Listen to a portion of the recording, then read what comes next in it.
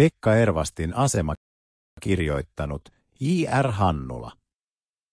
Oulussa 1938 tekijän kustannuksella.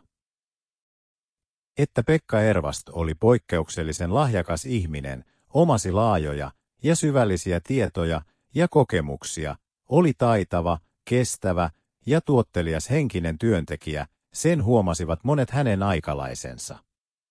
Saman voivat yhä useammat edelleen tulla huomaamaan tutustuessaan Pekka Ervastin kirjalliseen tuotantoon. Mikä taas Pekka Ervastin todellinen asema ihmiskunnassa on, senkin yhä useammat voivat tulla tutkimuksissaan ja kokemuksissaan toteamaan. Ryhtyessämme tässä pieneen Pekka Ervastin aseman tutkimiseen ja esittelyyn, emme esitä sitä jonain erillisenä ilmiönä, vaan oleellisesti elämään juurtuvana, elämän suureen kokonaisuuteen kuuluvana. Ensiksi on tällöin palautettava mieleemme käsitys siitä, mikä on ihminen, mikä elämämme sisältö ja päämäärä. Saamme kuulla, että ihminen on jumalallinen henkiolento, joka on läpikäynyt pitkiä kehityskausia ennen ihmiseksi tuloaan. Sillä ihminen syntyy vasta silloin, kun muodostuu minuus, ajatteleva minätajunta. Tämä inhimillinen minuus asuu varsinaisesti puhtaan järjen tasolla. Tästä minuudesta, ylemmästä minästä, vuodattautuu alempi, persoonallinen minuus, joka kehittyy ja kasvaa jälleen syntymien kuluessa. Kehittyessään alempi, päivätietoinen minä lähenee ylempää minää, jonka se kerran saavuttaa ja yhtyy siihen. Silloin ihminen on saavuttanut tavallisen ihmisasteen. Mutta kehitys ei pääty siihen. Niin kuin Pekka Ervast esittää kirjassaan Kristosofisia peruskysymyksiä 1, menee alempi minä ylemmän minän taakse, jatkaen vihkimyksen tiellä kohti monadiaan, yhtyen siihen. Mutta yksilöllinen minuus jatkaa kulkuaan vielä monadinkin taakse, yhtyen Jumalaan, jolloin ihminen on yhtä Jumalan, Isän kanssa. Tämä Jumalan, Isän täydellisyys on siis ihmisen sisältö ja elämän päämäärä. Jumala vaikuttaa ihmisen sisästä päin. Mutta ihminen ja ihmiskunta ei ole ainoa olento ja järjestö jumalallisessa elämässä. Paljon on järjestöjä, eri kehitysasteella olevia luomakuntia. Riittää tässä yhteydessä, kun mainitsemme vain ne 3 edellistä ihmiskuntaa, jotka maapallomme 3 edellisenä luomispäivänä ovat inhimillisinä minuuksina kehittyneet, ja joita nyt tavallisesti nimitämme enkeleiksi, pääenkeleiksi ja ruhtinaiksi, ja jotka myöskin ovat mukana nykyisen ihmiskuntamme elämässä. Näin ollen joudumme kysymään, mikä on edellisten ihmiskuntien eli enkeleiden vaikutus nykyiseen ihmiskuntaan. Pekka Ervast sanoo, että enkelit herättävät meissä ikävöinnin ja kaipuun, joka vaikuttaa, ettemme voi olla toimettomina, vaan meidän on etsittävä, koettava ja toimittava. Ymmärtääksemme taas tätä enkeleiden vaikutusta ihmisiin on hyvä muistaa ja ymmärtää, mitä Pekka Ervast sanoo kirjassaan Kristosofisia peruskysymyksiä 1, 3 edellisen ihmiskunnan silloisesta tilasta. Ensimmäisen ihmiskunnan aikana, Saturnuskaudessa, elämä oli laskeutunut ainoastaan älytasolle, joten ei ollut tunneelämää eikä eitteris fyysillistä elämää. Silloinen ihmiskunta, asurat, ruhtinaat tai pimeyden ruhtinaat, niin kuin Pekka Ervast sanoo haluavansa heitä nimittää, oppivat ajattelullaan käyttämään ja muovailemaan vain älyainetta. Tässä työssään he saavuttivat erikoisen keskittymis- ja työskentelytaidon. He oppivat logiikan lait, oppivat luomaan älyllään, ajattelullaan. Näin ollen pimeyden ruhtinaiden läsnäolo nykyisessä ihmiskunnassa vaikuttaa juuri tähän samaan suuntaan. Toisena luomispäivänä, aurinkomanvantaran aikana, elämä oli edellisen lisäksi laskeutunut tunnetasolle. Näin ollen silloinen ihmiskunta, Agnisvaatta Pitrit, valon herrat, niin kuin Pekka Ervast heitä nimittää, oppivat älyn lisäksi elämään tunneelämää, oppivat luomaan tunteellaan tunneaineessa. Ja koska tunneolento voi kärsiä, niin he oppivat sekä kärsimyksen että nöyryyden läksyn. Luonnollisesti heidän läsnäolonsa nykyisessä ihmiskunnassa vaikuttaa samaan suuntaan. 3. luomispäivänä Kuumanvantarassa elämä oli laskeutunut eitteritasolle. Silloinen ihmiskunta, Barhishatpitrit eli vahvuuden kalliot, niin kuin Pekka Ervast sanoo heitä haluavansa nimittää, oppivat kehittämään älyn ja tunteen lisäksi myös tahtoa. Tahdonvoima kehittyy sen kautta, että luonto antoi heille uusia merkillisiä voimia, jotka kuuluvat eitterimaailmaan, nimittäin sähkövoiman ja lisääntymismahdollisuuden, toisin sanoen sukupuoliset voimat sisäisinä eitterivoimina. He oppivat käyttämään tahdonvoimaansa ja hillitsemään sukupuolista luontoaan. Ja luonnollisesti heidän vaikutuksensa nykyisessä ihmiskunnassa kulkee samaan suuntaan. Sitten tuli 4. luomispäivä ja nykyinen ihmiskunta, jolloin elämä on laskeutunut kemiallis-fyysilliselle tasolle asti. Edellisten voimien ja mahdollisuuksien lisäksi on tullut elämänhalu ja se mahdollisuus, niin kuin Pekka Ervast sanoo, että nykyisessä Maamanvantarassa ihmiskunnan on saavutettava mestarius. Edellisissä ihmiskunnissa, joilla kyllä oli oma ihanteensa ja täydellisyysmääränsä, ei kuitenkaan saavutettu mestaryyttä. Sen tähden edelliset ihmiskunnat ovat nyt mukana täydentämässä omaa kehitystään ja auttamassa nykyistä ihmiskuntaa. Miten siis nykyisen ihmiskunnan on mestarius saavutettava? On heti muistettava, että mestareudessa on asteita. Vaikka meidän onkin saavutettava mestarius nykyisessä Maamanvantarassa, vaikka meidän onkin jo tulevissa luomiskausissa osattava mestareina auttaa ja palvella muita luomakuntia, joten mestarius on monikko, niin kuitenkin kaikki keskittyy yhteen mestariin, joka on itse elämä, tai paremmin kaikkiallinen henkitajunta, tai vielä paremmin kosmillinen Kristussisa. Päästäksemme varsinaisesti tähän kosmilliseen mestaröyteen, täytyy meidän ensin saavuttaa edellisten ihmiskuntien saavuttama täydellisyys. Meistä täytyy ensin tulla enkeleitä, lähettiläitä, apostoleja, ennen kuin meistä voi tulla mestareita. Koetamme siis ensin katsoa, millä tavalla 3 edellistä ihmiskuntaa auttavat meitä aina läsnä olevina voimina, ja miten me kasvamme heidän opastuksessaan ja vaikutuksessaan. Ensin siis vahvuuden kalliot, jotka saavuttivat jonkunlaisen täydellisyyden tahtoelämässä ja sukupuolivoimien hilinässä. Sukupuolivoima sellaisenaan, suurena luonnonvoimana, kannustaa ihmisiä liikkeelle, jatkamaan sukuaan, rakastamaan ja uhrautumaan miehinä ja naisina toisilleen ja lapsilleen. Tähän liittyy nälkä, ravinnon tarve, joka sekin on läheistä sukua sukupuolisuudelle. Oikeastaan huomaamme sukupuolivoiman vaikuttavan 3 rinnakkaisena tai peräkkäisenä ilmennyksenä, lempenä, synnytysvoimana ja ravinnon tarpeena. Niinhän sukupuolielinkin toimii lemmen elimenä, synnytyselimenä ja ulostuselimenä. Emme nyt kuitenkaan puhu näistä asioista tämän enempää.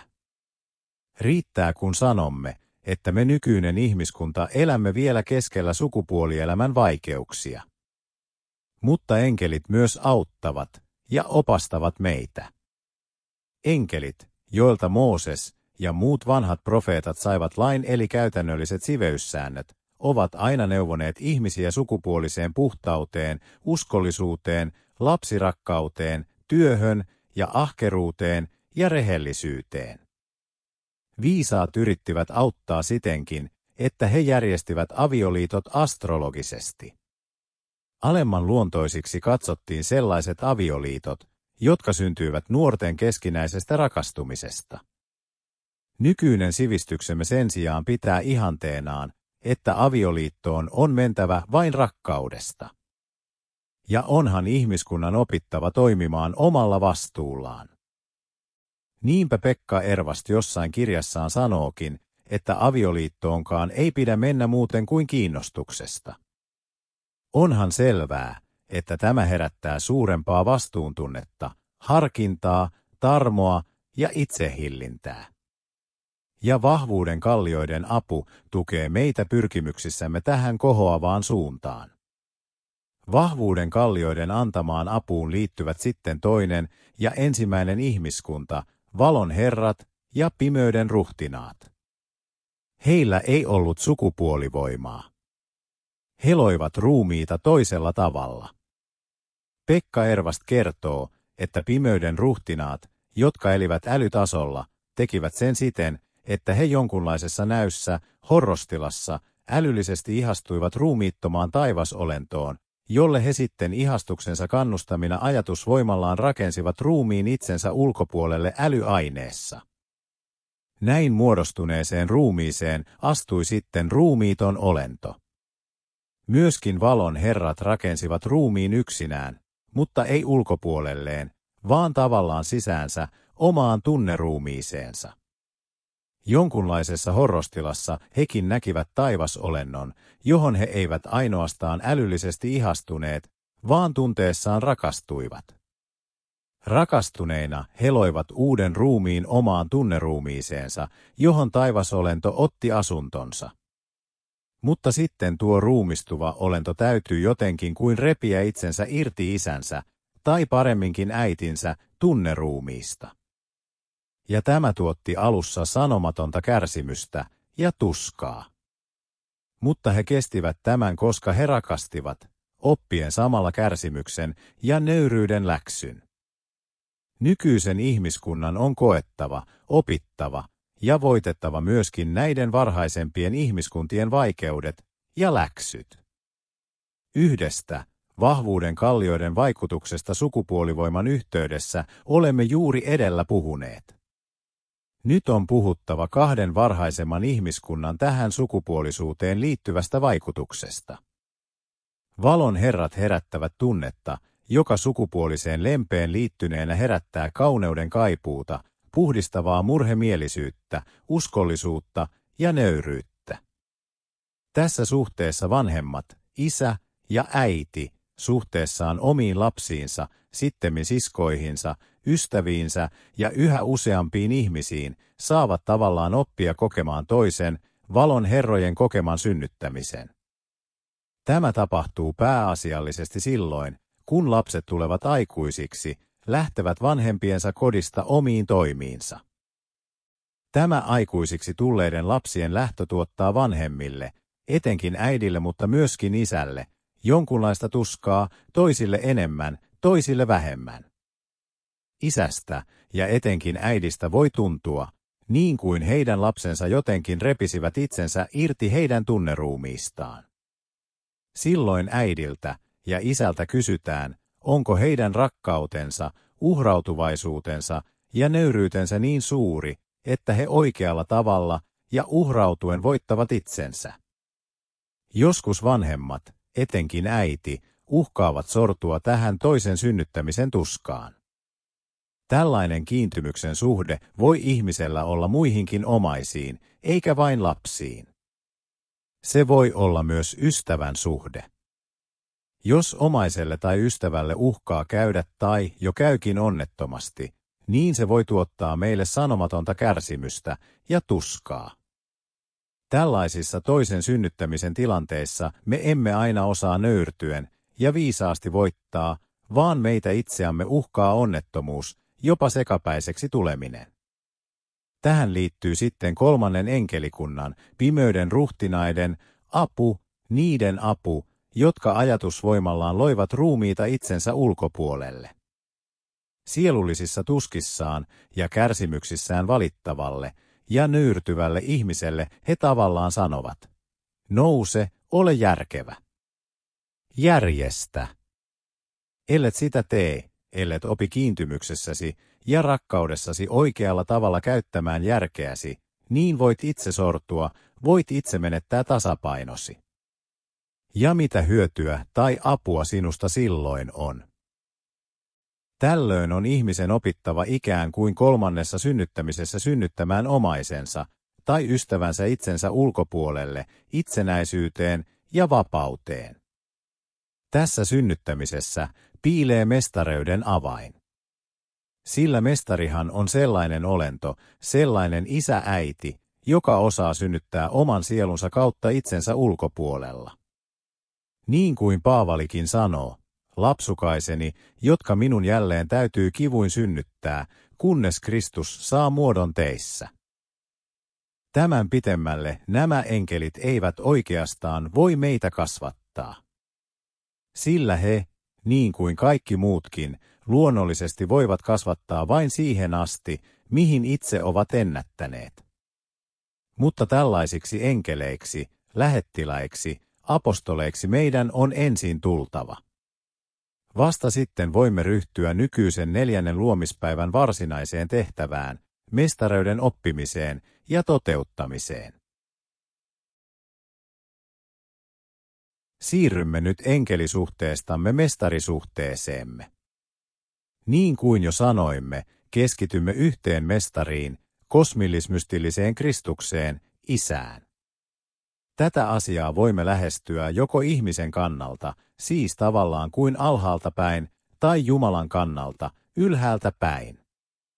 Edellisessä olemme jo oikeastaan tarkastelleet asiaa alhaalta päin, ihmisen pyrkimyksen kannalta. Nyt on katsottava asiaa ylhäältä päin, Jumalasta päin, Jumalan tulemisena ihmiskuntaan. Edellä puhuimme 3 edellisestä ihmiskunnasta tässä meidän maailmassamme, ja siitä, että meidän nykyisen ihmiskunnan on ensin saavutettava tuo kolminainen enkelikehitys, kolminainen synnyttämistaito, sukupuolistahtoperäinen, tunteellinen ja älyllinen. Kun sitten puhumme kosmillisen mestarin eli Jumalan laskeutumisesta ihmiskuntaan, niin huomaamme siinäkin 3 askelta, johtuen sekä meidän aurinkokuntamme että vieläkin suuremman logoksen kolminaisuudesta. Lyhyesti esitettynä voimme sanoa ne, ensin Pyhän Hengen aiheuttamana mestarius tulee astraalitasolle ja ihmisten henkeen, toiseksi Pojan aiheuttamana mestarius tulee fyysilliseetteriselle tasolle ja ihmisten sieluun, ja kolmanneksi Isän aiheuttamana mestarius tulee kemiallis-fyysilliselle tasolle ja ihmisten ruumiiseen. Etenkin kirjassaan Kristuksen tutkimaton rikkaus Pekka Ervast on puhunut siitä, että kosmillinen Kristus on vähitellen, asteettaisesti lähestynyt meidän aurinkokuntaamme, maapalloamme ja ihmiskuntaamme. Vanhan liiton aikana kosmillinen Kristus oli astraalitasolla. Nyt nousee tärkeä kysymys, mihin perustuu tämä tieto?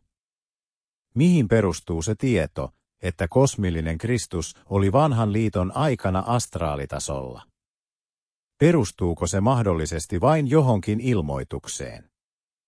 Itsessään ja alkuperäisestä tämä tieto ei perustu vain ilmoitukseen.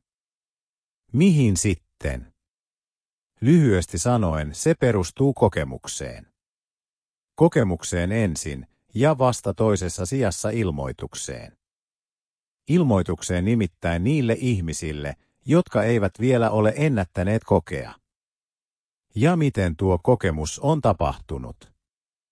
Vanhoissa mysteerioissa tapahtui se siten, että kun ihminen ensin oli tavallisessa elämässä saavuttanut siinä vaadittavan kuntoisuuden, tuli hän mysteerion oppilaaksi, jossa hän aluksi suoritti ankaran siveellisen ja älyllisen koulutuksen.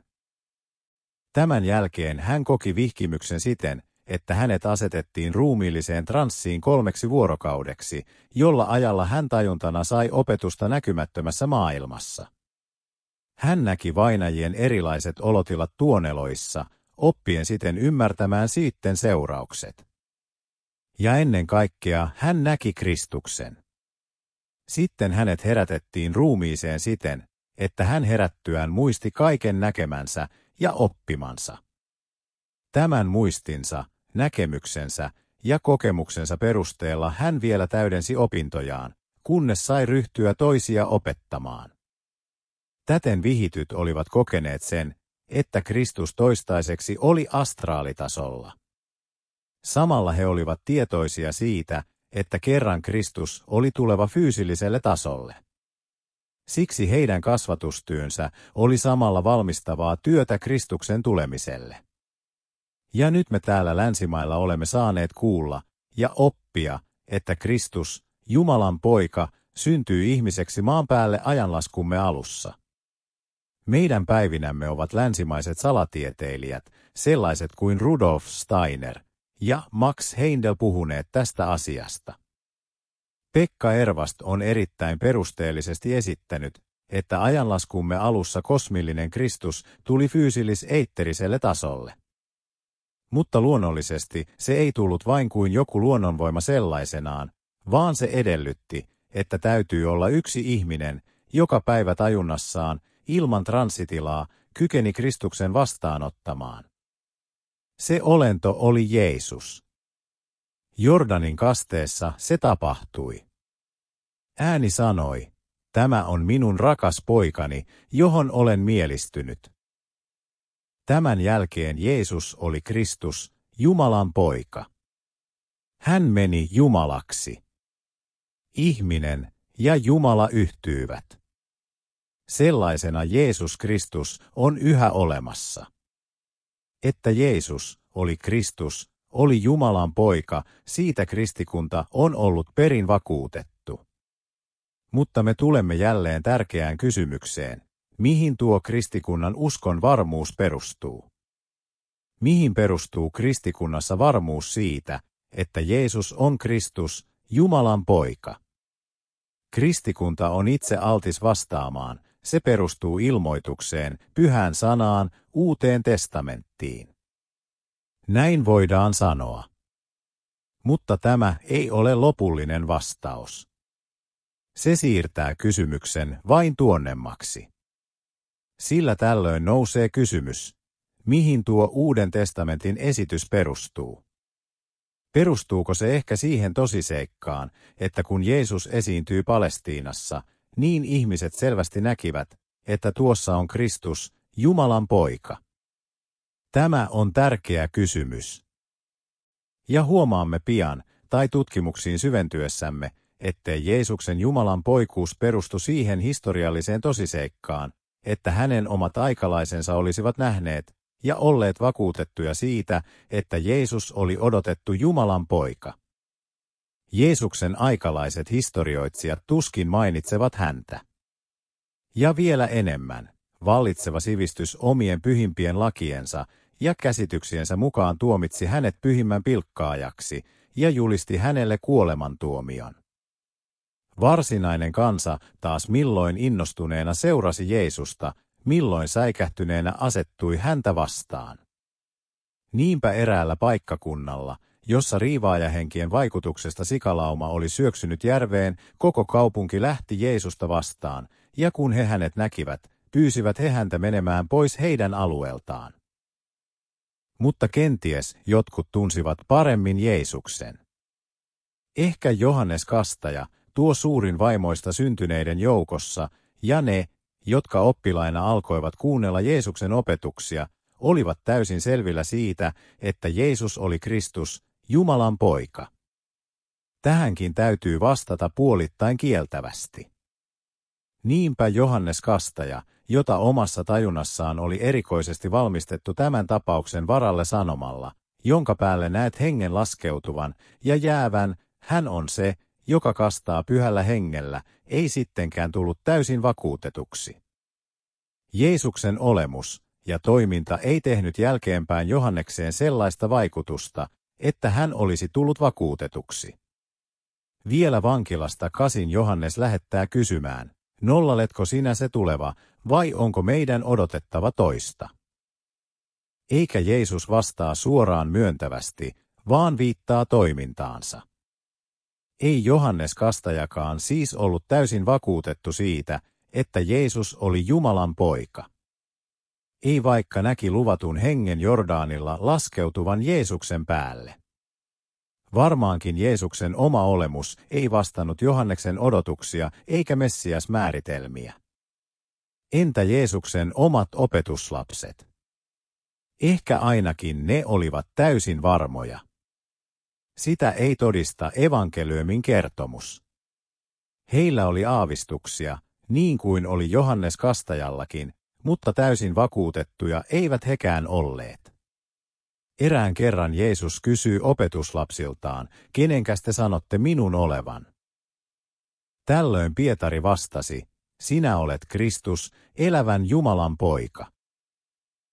Näin Pietari kyllä vastasi, mutta enemmän hetken vakavuuden ja sisäisen inspiraation elähdyttämänä kuin päivätietoisuuteen vakiintuneena varmuutena. Ei Pietarikaan myöhemmin ollut täysin vakuutettu. Tästä johtui, että kriitillisen hetken tultua Getsemanessa Pietarikin väsyy ja nukahti, vaikka Jeesus oli erikoisesti pyytänyt opetuslapsiaan kanssaan valvomaan ja kävi kolmasti heitä herättämässä.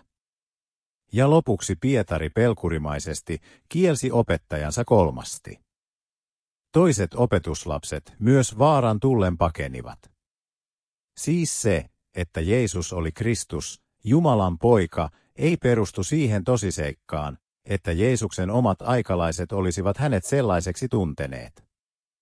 Parhaimmilla, niin kuin Johannes Kastajalla ja opetuslapsilla, oli aavistuksensa, mutta ei täyttä varmuutta. Mutta mihin sitten perustuu se varmuus, että Jeesus on Kristus, Jumalan poika? Tämä varmuus perustuu jälkeenpäin saavutettuun henkiseen kokemukseen. Jeesuksen poismenon jälkeen joutuivat jotkut ihmiset kokemaan tämän totuuden. Ensimmäisiä heidän joukossaan oli tuo merkillinen diakoni, ensimmäinen marttyyri, Stefanos, joka oli täynnä pyhää henkeä ja joka vaikutti voimallisesti kansan keskuudessa. Hänen puolustuspuheestaan, joka esiintyy apostolien teoissa, näkyy, että hän oli perillä asiasta. Kuolinkamppailussaan hän itse koki, näki ja ymmärsi, mikä oli Jeesus Kristuksen asema. Mutta rohkeutensa totuuden julistajana hän sai kuolemallaan maksaa. Sitten Paavali, tuo kiivas vastustaja, sai kokemuksen Damaskoksen tiellä. Paavalin varmuus siitä, että Jeesus oli Kristus, Jumalan poika, perustuu jälkeenpäin saavutettuun omaan kokemukseen. Toisilla apostoleilla se perustuu ensimmäisenä helluntaina tapahtuneeseen pyhän hengen vuodatukseen, siis myös sisäiseen uudestisyntymiskokemukseen. Eräillä kesäkursseilla, jolloin näistä asioista oli erikoisesti puhe, Pekka Ervast huomautti, että Jeesuksen 12 opetuslapsesta Johannes ennätti Jeesuksen eläessä saavuttaa vihkimyksen, mestareuden. Toiset opetuslapset saavuttivat vihkimyksensä myöhemmin, ensimmäisenä helluntaina. Stefanos ja Paavali, jotka kumpikin olivat kreikkalaisen sivistyksen saaneita juutalaisia, eivätkä sitä paitsi kuuluneet Jeesuksen 12 opetuslapsen joukkoon, saavuttivat vihkimyksensä, Stefanos ennen marttyyrikuolemaansa, Paavali Damaskoksen tiellä.